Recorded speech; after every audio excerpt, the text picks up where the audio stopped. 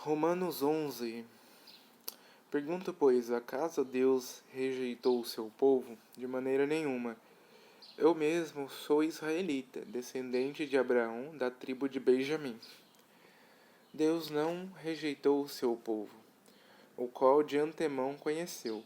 Ou vocês não sabem como Elias clamou a Deus contra Israel? Conforme diz a Escritura: Senhor, mataram os teus profetas e derrubaram os teus altares. Sou o único que sobrou, e agora estão me procurando matar-me. E qual foi a resposta divina? Reservei para mim 7.000 homens que não dobraram os joelhos diante de Baal. Assim hoje também há um remanescente escolhido pela graça. E se pela graça já não é mais pelas obras. Se fosse, a graça já não seria graça. Que dizer então? Israel não conseguiu aquilo que tanto buscava, mas os eleitos o obtiveram. Os demais foram endurecidos, como está escrito. Deus lhes deu um espírito de atordoamento, olhos para não ver e ouvidos para não ouvir, até os dias de hoje. E Davi diz: que a mesa deles se transforme em laço e armadilha, pedra de tropeço e retribuição para eles. Escureçam-se os seus olhos para que não consigam ver, e suas costas fiquem encurvadas para sempre.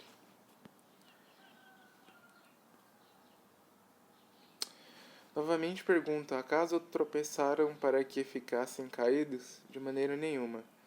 Ao contrário, por causa da transgressão deles veio a salvação para os gentios, para provocar ciúme em Israel. Mas se a transgressão deles significa riqueza para o mundo e o seu fracasso riqueza para os gentios, quanto mais significará a sua plenitude. Estou falando a vocês, gentios, visto que sou apóstolo para os gentios. Exalto o meu ministério, na esperança de que, de alguma forma, possa provocar ciúmes em meu próprio povo e salvar alguns deles, pois se a rejeição deles é a minha reconciliação do mundo. O que será a sua aceitação, se não há vida dentre os mortos?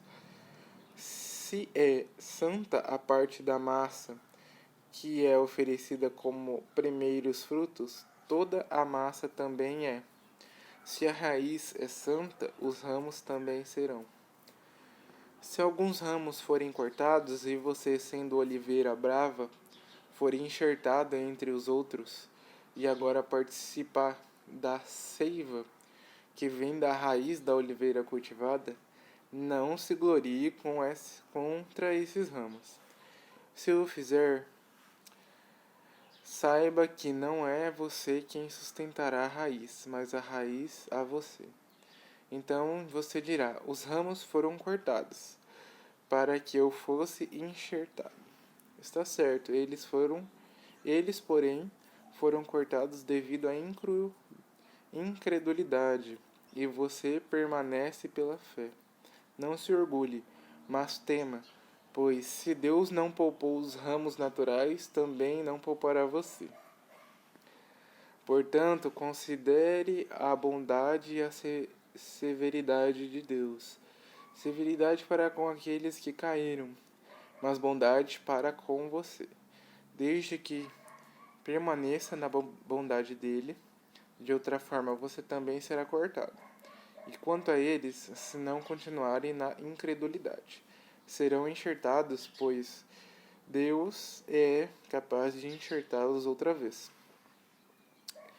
Ao final de contas, se você foi cortado de uma oliveira brava por natureza e, de maneira antinatural, foi enxertado numa oliveira cultivada, quanto mais serão enxertados os ramos naturais em sua própria oliveira.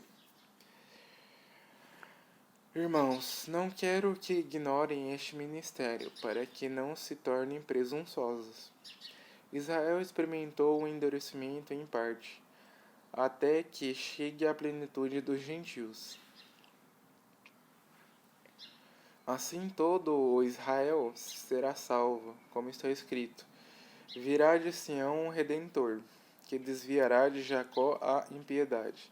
E esta é a minha aliança com eles, quando eu remover os seus pecados. Quanto ao Evangelho, eles são inimigos por causa de vocês, mas, quanto à eleição, são amados por causa dos patriarcas. Pois os dons e o chamado de Deus são irrevogáveis.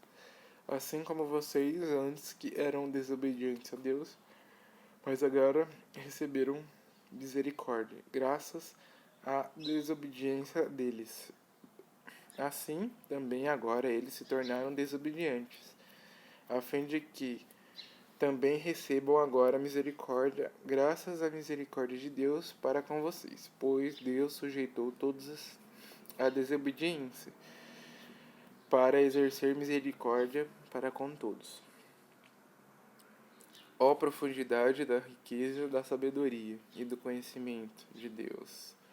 Quão insondáveis são os seus juízos e inescrutáveis os seus caminhos! Quem conheceu a mente do Senhor? Ou quem foi o seu conselheiro?